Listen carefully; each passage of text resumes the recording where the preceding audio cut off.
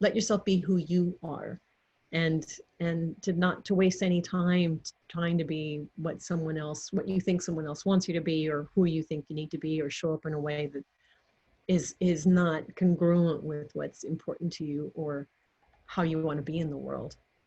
Express all that who you are and all that you are, and your life will be fulfilling whether you're 22 or 82.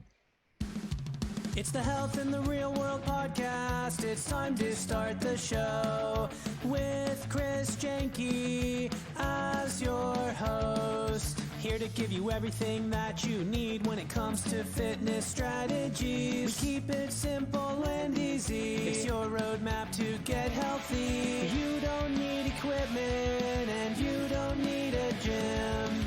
Just the right strategies to get you fit and trim. Welcome to Health in the Real World. We are here today with Katie Peuvrelle. Katie, how's it going today? Great. Going great. Glad to be here. How are you? I'm doing great. Doing great. So we go way back, but give a quick introduction to everybody watching as far as what you do and how you help your clients.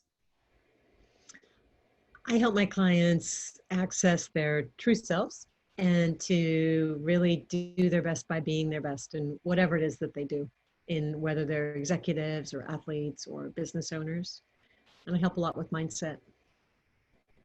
And I originally worked with you, it's had to have been like 15 years now, when I was trying to play semi-pro basketball, and I would go to you and we would visualize the tryouts and the games and things. And oh my gosh, it's so powerful. Just the mind stuff that you do. Yeah, it's really, really powerful. What the mind sees, the body does. And it's so funny because as athletes, when you get to that higher level of performance, the amount that your performance depends on your mind and your ability to use your mind, the mental aspect of it, it becomes like 80-90% of the whole game.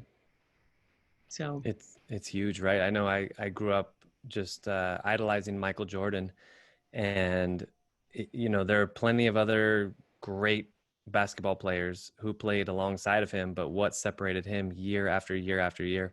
His mindset, 100%. Yeah, totally. Yeah.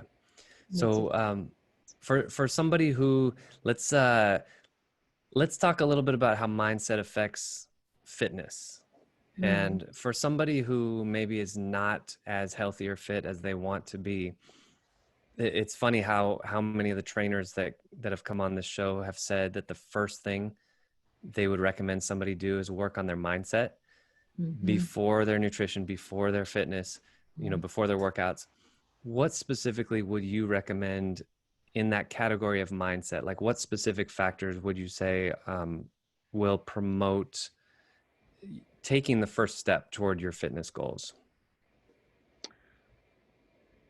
Oh, first of all, I think it's important to know what your goals are, right? And if you don't know what you want, then you maybe can at least start with knowing what you don't want and identifying, okay, what I don't want maybe is to feel sluggish, or what I don't want is to spend more time on the couch, so you start there, and then you recognize, like, okay, I don't want that, but what I do want is, oh, okay, I want to be more active, or I want to have energy. Because really, if you think about it, the fitness or the nutrition or anything you do towards well-being or health those are the vehicles to the result that you want. So just start by recognizing what you don't want, which can lead you to what you do want. And then when you're clearer on why you want to take these new steps in your life, then you can break them down into whatever are maybe the most manageable first steps. And some people I've found do really well with very small first steps, or sometimes the very first step can just be to get clear on what it is that you want, and to talk about that, to write about it, to state it, to claim it, to set a date for it, or whatever motivates you. And then I'm really a big believer in achievable steps, small achievable steps. I think that's really important, because what I've seen in a lot of people with accomplishment is they'll start really big, but then they snap back because they haven't really taken that first time to get clear on what they do want and make the commitment to take the steps to get there, recognizing that you may take a few steps forward and then you may, slack off a little bit. So then if you know why you're doing it and remembering what you're going towards, then that will keep you going. Even if you snap back a little bit, you can just keep going towards it. So it doesn't become this huge, like all or nothing kind of endeavor. Right. That all or nothing mentality can definitely derail somebody in pursuit of their goals. That's for sure. Very much. Yeah. Right. What do you, so I want to get, I like asking this next question because I think it helps if somebody's watching this who maybe is struggling with their health and fitness and they see trainers or coaches as sort of this like unachievable pinnacle way up here. I think it's good to show our humanity a little bit. So Mm-hmm. for you personally, where do you struggle with your health and fitness goals?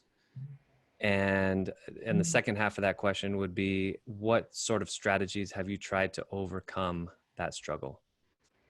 It's a really great question. And I think you're right. Showing our humanity and being transparent about it is actually, it's really, really important because we're all in this together, right? None of us has it figured out in such a way that we have the magic formula and everybody will follow it. It doesn't work that way, right? So probably the place where I struggle the most, where I have in the past, but I think you've helped me with this a lot, is since I was a competitive figure skater, I really did expect a lot of myself for a lot of my life, because for a lot of my life I did do a lot. I did very difficult things. Skating is a demanding sport, and I spent a lot of time skating and then coaching. And as I got a little older, I'd feel really disappointed when I would realize that maybe my body couldn't do what it used to do, or I wouldn't do it with the same ease, or I might have to go forward and back off so my body could rest. I needed more rest. I needed more time for things to reset before I'd go back in again. So I think it's better, but I still have days where I feel like I wish I could do what I used to be able to do. So for me, it's kind of a mindset piece of loving wherever I am at whatever age, and being healthy, recognizing that I can be healthy at any age. Um, that's really helpful. And again, the steps. But then the other side of it too is sometimes it's easy to not do enough, to almost let that, well, I'm going to rest my body, let that be a reason to not do enough, because it's like objects at rest tend to stay at rest, objects in Mm-hmm. motion stay in motion. I've always been curious about what is that point in between. What's the rollover point. So Right.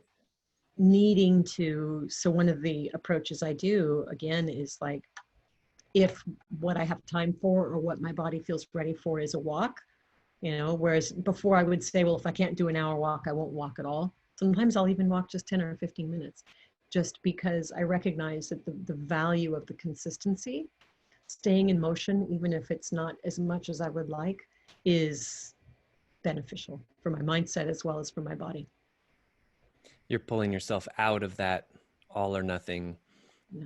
mentality by saying, hey, 15 minutes is 15 minutes. It's something I can check off, check the box. Right. So part of it too is whatever I'm doing to find the enjoyment in that moment, So like if I'm walking, take a moment to really to smell the smells and kind of be present there, or if I'm doing a stretch, to really be present with what's happening. And then if I'm doing something that's really difficult, like if I'm lifting really heavy weights, to also appreciate that, the difficulty of it and kind of the miracle of the body, what it can do. So, to try to, all of it being more mindful, all of it being more enjoyable, and less about the result and more about the way that you get there, because then you get to the result. Enjoying the process. That's good. That's actually a good segue into some life advice. So let's say you've been called by a university to give the graduation speech. Oh, And so you're going to talk to a bunch of 21, 22-year-olds at graduation. So we're going bigger picture, not just health and fitness, but bigger picture. What kinds of life advice would you give to those graduates? Like 1 to 2 minute sort of motivational speech. oh, that's a big one. I should have prepped for this one. What would I say? I think I always come back to, like, shoot for the stars. Just go for what you really, really want, what's in your heart, and don't be afraid to shoot beyond the stars. And because sometimes it's really easy to, you settle or you shoot for less because you don't think you're capable of it. But in shooting for the stars, remember that it's okay if you get you only get to the first star, not to the last one. That if you live in that space of possibility, then you're going to have more joy in the process and more joy in the journey of this thing called life. And also, really, the other piece is to really let yourself be who you are, and to not to waste any time trying to be what you think someone else wants you to be, or who you think you need to be, or show up in a way that is not congruent with what's important to you or how you want to be in the world. Express who you are and all that you are, and your life will be fulfilling, whether you're 22 or 82. Absolutely. So Katie, let everyone know how to get in touch with you, website, social media, and then talk about your book and how people can find that. Yeah. So my website is katiepeuvrelle.com. And my book, Leap, is on Amazon. It's Leap, Own Your Excellence and Engage Your Best Self in Business, Sports, the Arts, and Life. And it's an audiobook format as well as a written format. And it is basically a set of principles related to performance psychology that I use in my coaching and consulting practice, and ways of thinking about yourself and why you do what you do, and how you do it, and how to be and leap and lead in life. Katie Peuvrelle joining us today on Health in the Real World. Katie, thanks again for taking the time and joining us today. Thank you for inviting me, Chris. Thanks for listening to the Health in the Real World show.